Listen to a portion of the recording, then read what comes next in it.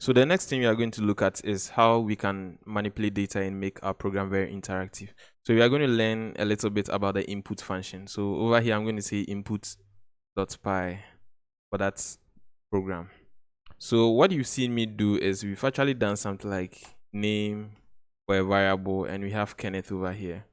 And we come in here to come and print out the name. So when we do this, name will be printed.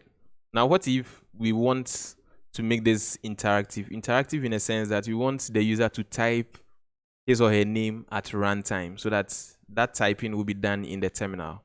So this is how we are going to go about it. So I'm going to comment this out, and we are going to have a variable called name, and name is going to accept an input. So we are going to call the input function.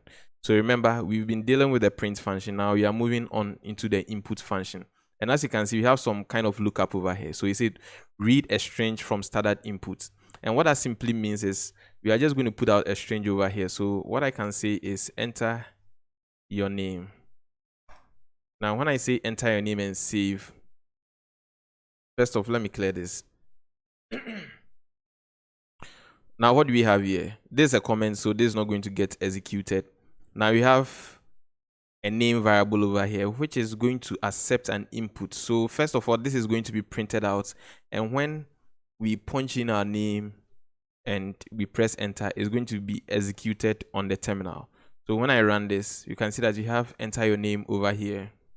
So I'm going to type in my name. I'm going to say Kenneth Bruni, and when I press enter, I have Kenneth Bruni printed over here, and that's with the input function. So let's add more of this and make this very interactive. So I'm going to say age, and of course we've dealt with age. So for instance, you can say enter your age.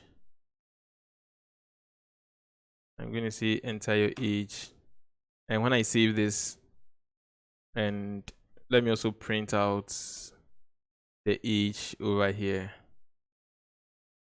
So let me first of all clear this. Now if I should run this program, line 3 gets executed. I have enter your name, and I'm going to say Kenneth, and when I press enter, then it comes to line 4, enter your age. I'm going to say 25, and when I press enter, the two print statements are executed over here in that order. So I have name first and age second. If I am to bring age ahead of name, and let me clear this up and run this, I'm going to have name.